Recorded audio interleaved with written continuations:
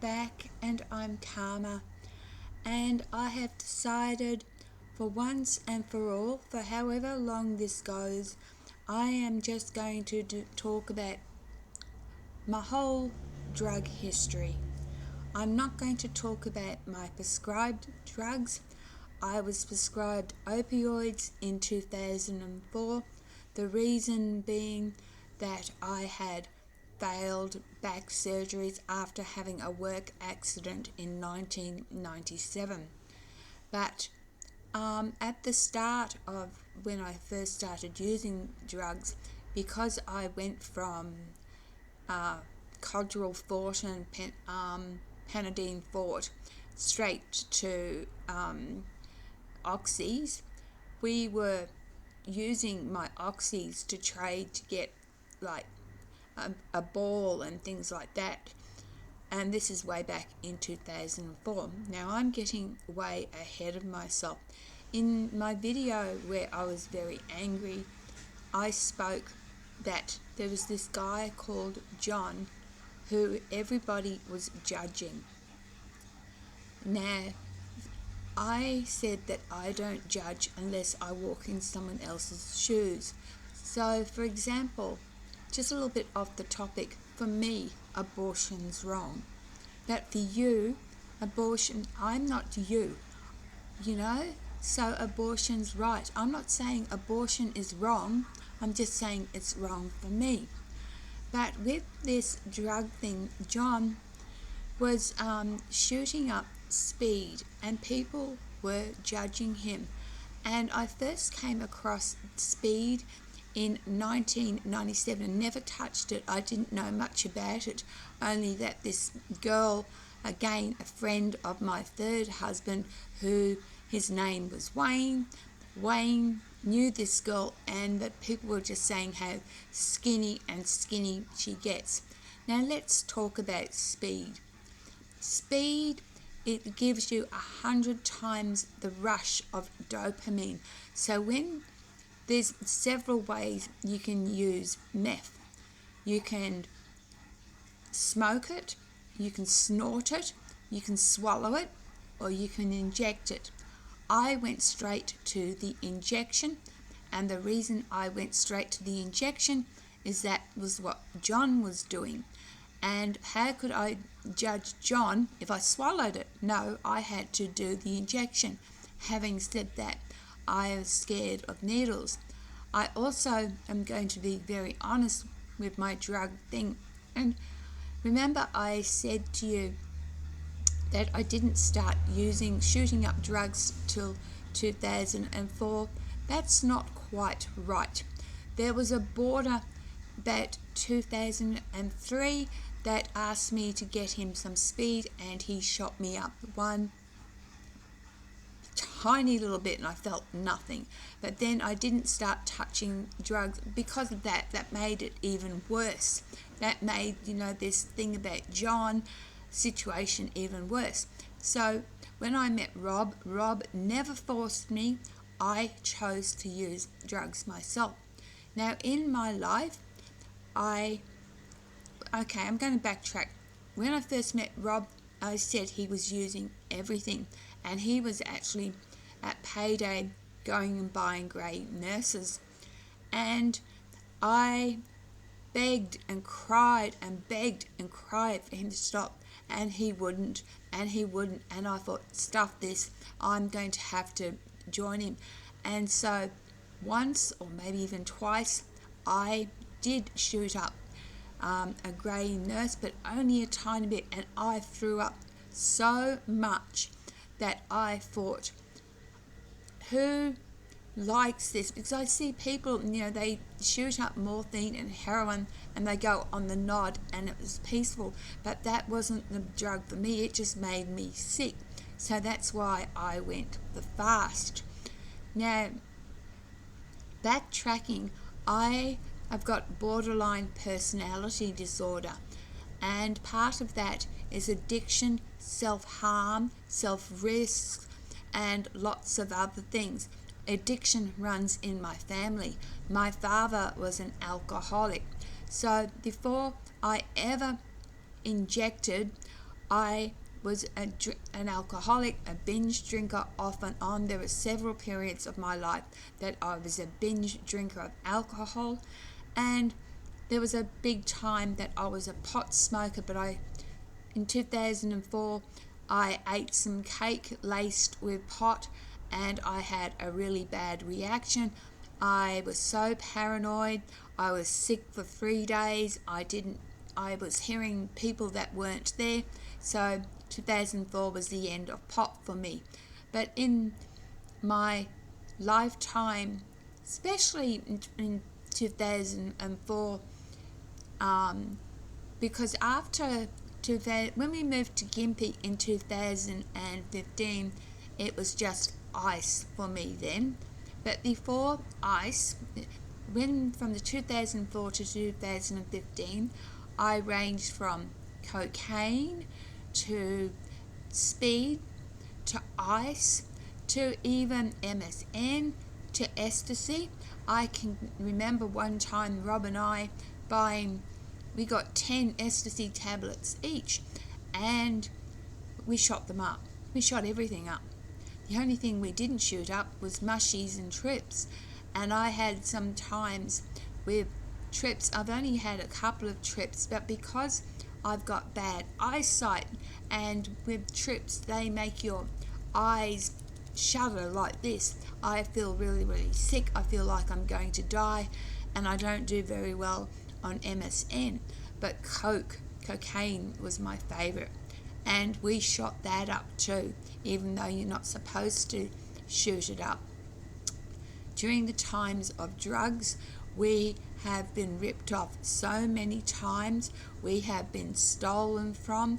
I've had my opioid medication stolen that many times and put in that many police reports that the police were starting to point the finger back at us, and I wasn't doing it. I do suspect Rob, because Rob around 2010 when he hurt his back, he wasn't very good at handling physical pain, and I don't want to badmouth my poor dead husband, because for years afterwards he was sorry for stealing patches. Anyway, I'm not going to talk about him. This is my drug story. So when you first have a shot of speed or meth, you get this instant rush. It goes to your head, your whole. I can't describe it, but it's 100 times stronger than dopamine, and you just whoosh. And then sometimes you get the chemical taste at the back of your mouth. And in the early days when we were using speed, so this is before Gympie. We moved to Gympie, as I said, 2014, 2015.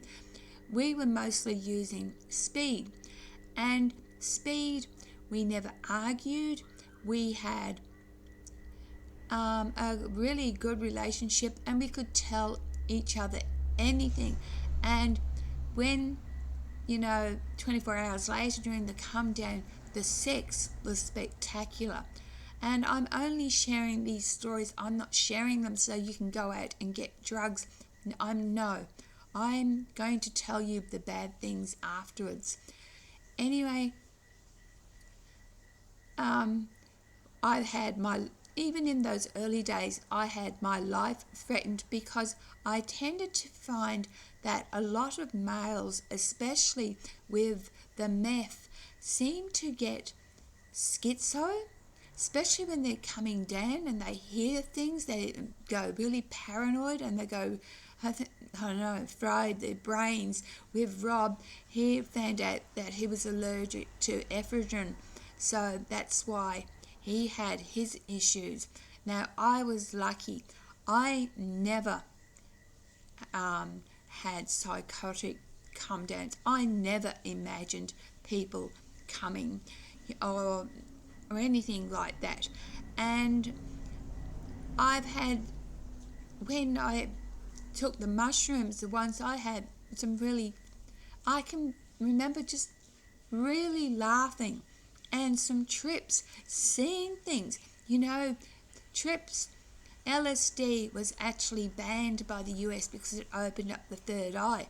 And the things that we saw, I saw, and so did Rob, saw the true matrix. We saw my son in many different dimensions, dot to dot. You had to be there to see it. Please understand, this video is not for you to take drugs or alcohol. I have ended up in situations with alcohol where I have got so drunk and wasted, I've ended up in situations because I've been helpless, and these have been sexual situations. And it's even happened to me where, under the influence of meth, guys have tried to come on to me, and I have even been raped.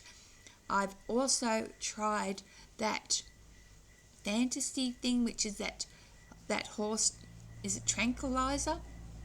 Didn't like it. But when ice came on, ice is actually very nasty, and ice is even more potent than speed. So the first few years of my drug addiction, yes, I did have a great time, and I kept using excuses that when I went to university and I was off my face, I would get distinctions and high distinctions, and that's true. I can show you my academic qualifications where I've got really high marks and I was off my face. And when I was straight, I was barely passing. And this was because my doctor said I had a chemical imbalance in my brain. And so I probably made that chemical imbalance worse. And at first, it's all good and fun. And like I said, with drugs, you get tricked. That's part of it. Drugs, if ever there was a devil, and I don't believe in devil and demons, but ever there was, that they possess you. They take your soul. So does alcohol. And you don't realize that you're doing it. You think you're doing it for fun at partying, and maybe originally at the start that is happening. And I'm relating to drugs and alcohol here together, substance abuse, even gambling. Because I noticed when I was off my face, Rob and I would go to the pokies because it lights up the same things in your brain that speed does. The same lights go on in the same area of your brain, and that's why you see a lot of people who use meth are at the pokies and will lose hundreds and hundreds of dollars. And the pokies are set up with those lights and the music to I can't say the word, to mimic those neurotransmitters so that you're getting that rush. Now remember, all addictions are only temporary. All addictions only give you temporary release from reality. When you come down, you have to face all that shit that you had just thinking that you were partying on. And I have had a lot of trauma in my life, a lot of sexual trauma in my life. I one time worked as a counsellor, and I should never have got the job because I was very naive. I had the qualifications, but I didn't really have the life skills to work in a maximum security jail. Now, this is way before my drug use. This is when I was in my 30s. And my boss forced himself sexually on me, and other guards came from the jail and raped me, and I'm not going to go any further into that.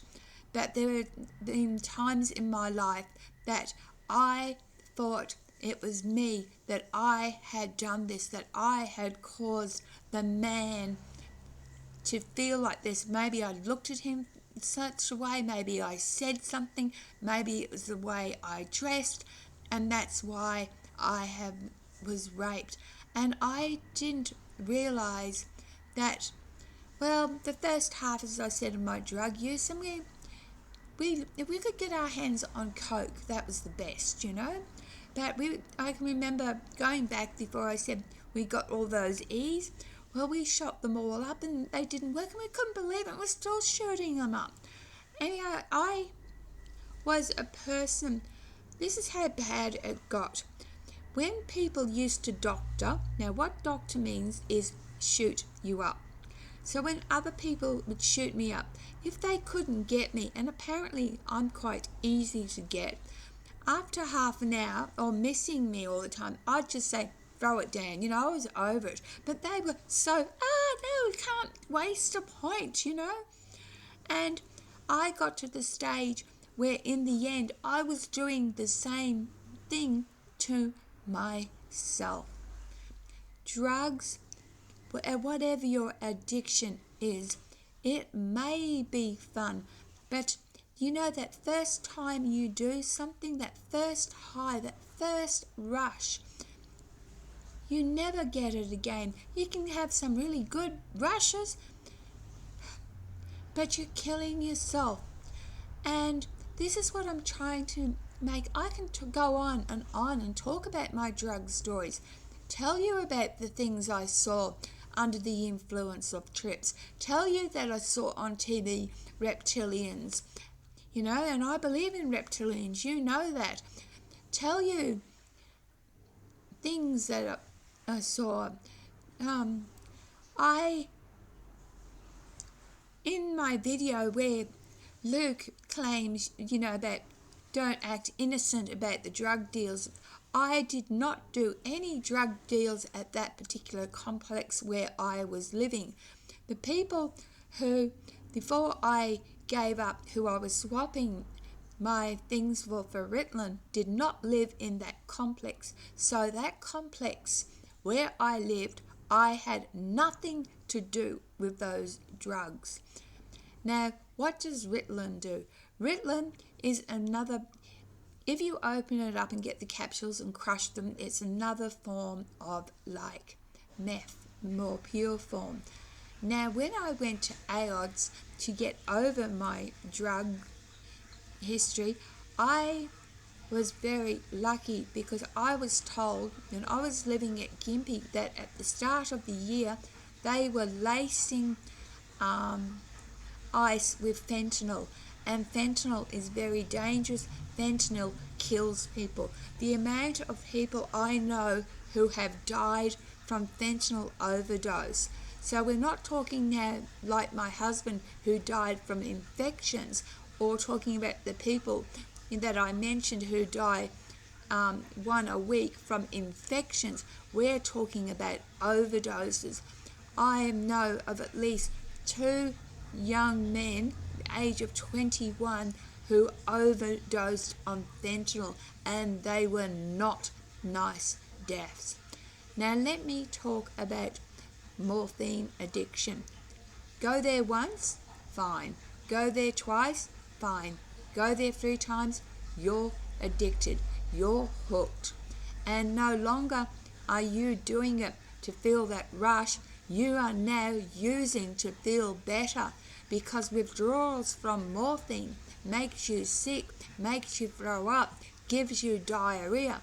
I didn't like the slow, so I never went that way. I loved the fast, and the fast are all the uppers, is all the meth, and I was very lucky I did not have psychosis.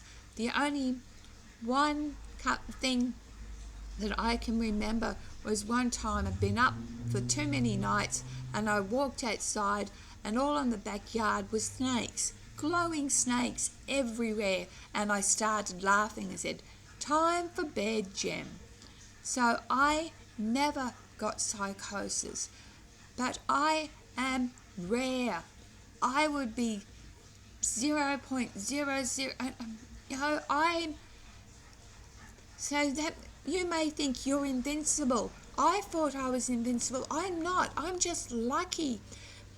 Please, please do not try drugs. I am telling you now to be truthful, the things that I was on. So anyway, when I was 43, I met a young Rob at 23, and he just so happened to come across some, it was fantasy then, but this fantasy was not the horse tranquilizer. It was a mixture of speed and something else. And he, my nephew, and I decided we would go. This was my first time. We would go, and well, not my first time because I just mentioned, that I tried Michael before I met Rob that one time. But this is the start of my drug time. It's 2004. And he gave me a point, and I went, what the F was that? And ever since after that, he knew that my tolerance levels were really, really high. And so I would do half a G. Now, the first time ice came out was around, for us, 2007. And really, with ice, if you're new, you should not do half a G. But I did half a G. Rob did half a G. Rob went blind, literally blind, for an hour. I felt the best rush. I was whizzing. That's the word you hear. Whee! You whiz. And it's the same when you shoot up ecstasy tablets, but they only last about half an hour. And this video, do not use drugs. I am talking about my experience. Now, from my experience, you may think that the drugs were good and that I had good times. Darlings, what goes up must come down. My marriage was destroyed. I lost a husband. I can't bring him back. My dog, 6-year-old dog, died while I was still a drug addict. I've had other pets while I was a drug addict. You are not the nice person. I never stole from anybody else. I always vowed that if I sunk that low, that I would kill myself. I never robbed anyone else, but I was robbed. People stole off me. People stole my medication. People stole my possessions. People, even one time, while Rob was dying in hospital, one particular girl not only crashed my car, and it was a write-off, she stole his things while he lay dying.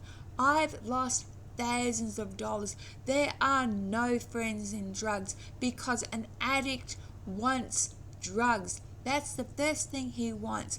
I was just lucky that I had morals, and I would make sure my bills came first.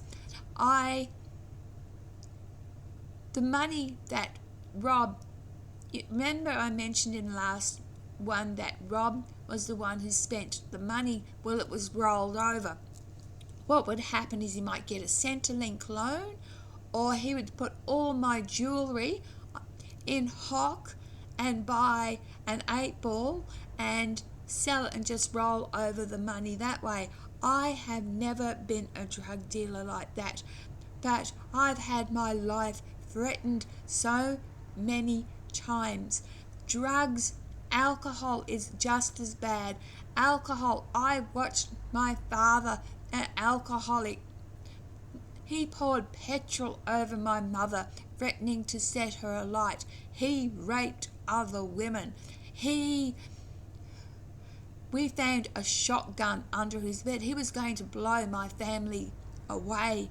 There is so much trauma in my life, and I hid it in drugs. So this is a very mixed up message. You may think drugs hide your pain or alcohol or addiction, whatever you do, whatever you get off on, but it's temporary. It doesn't last, and it all comes back, and it is not fun. They are demons.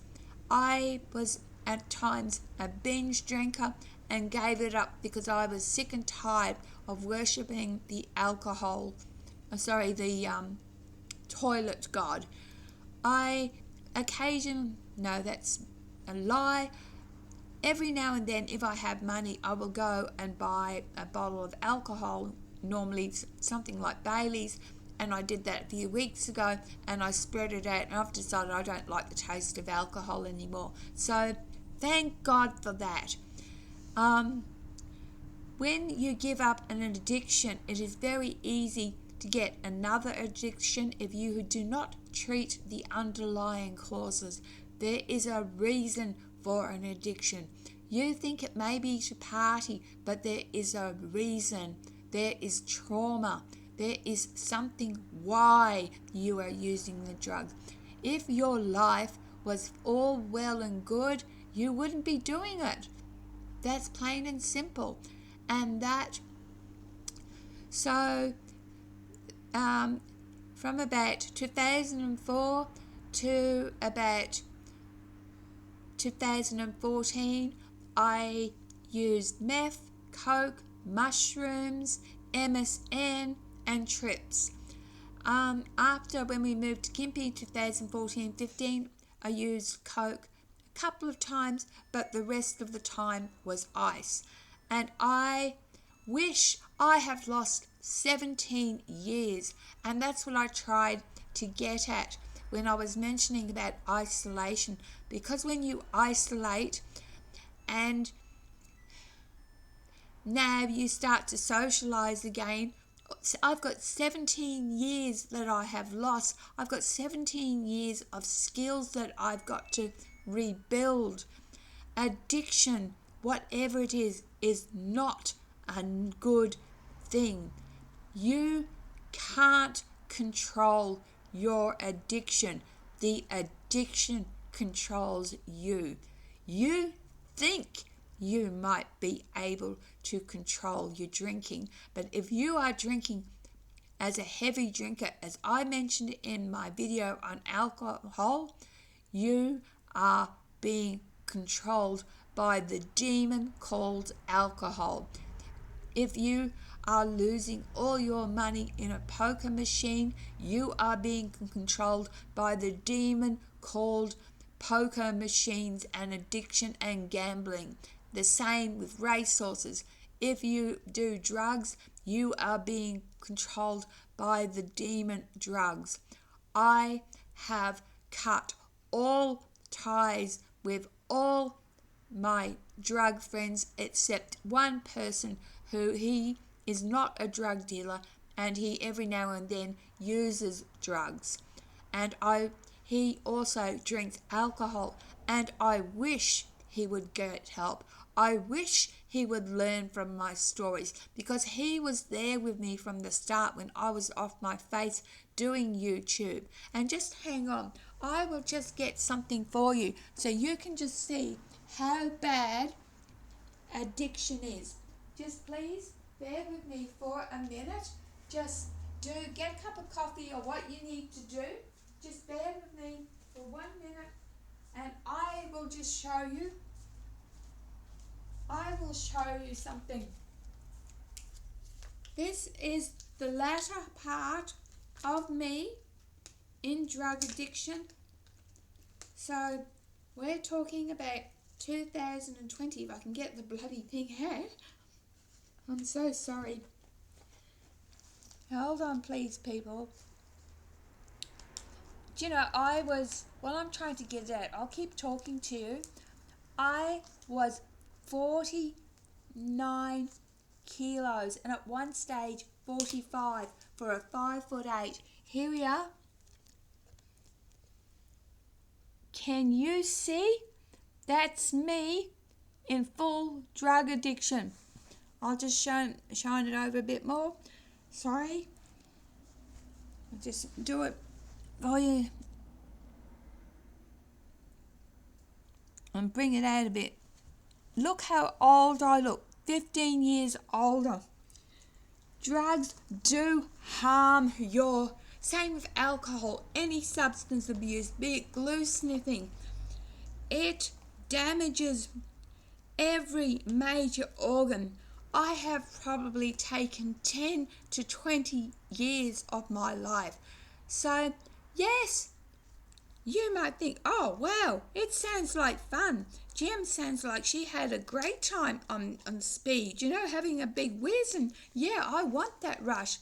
People, it's not worth it. When you lose everything you love and your relationships go to shit and you're a junkie,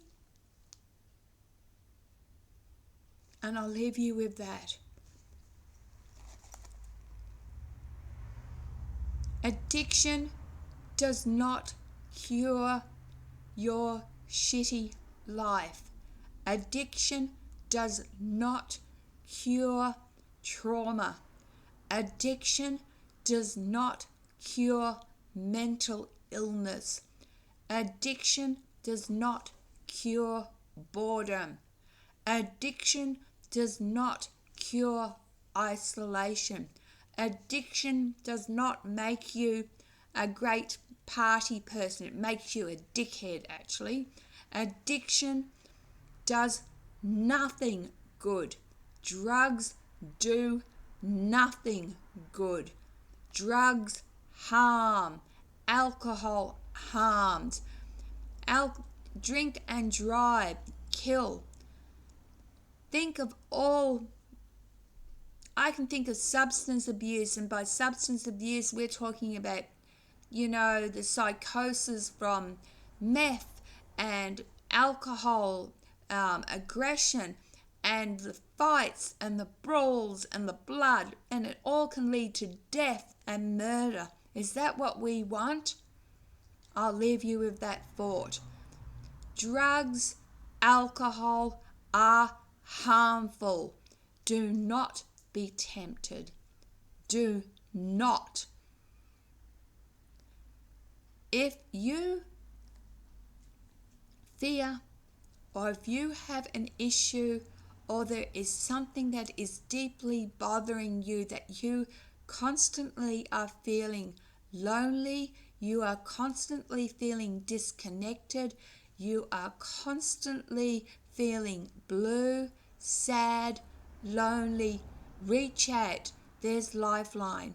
And if anything I have said here has triggered you, please get professional help. Love you. Thank you for watching.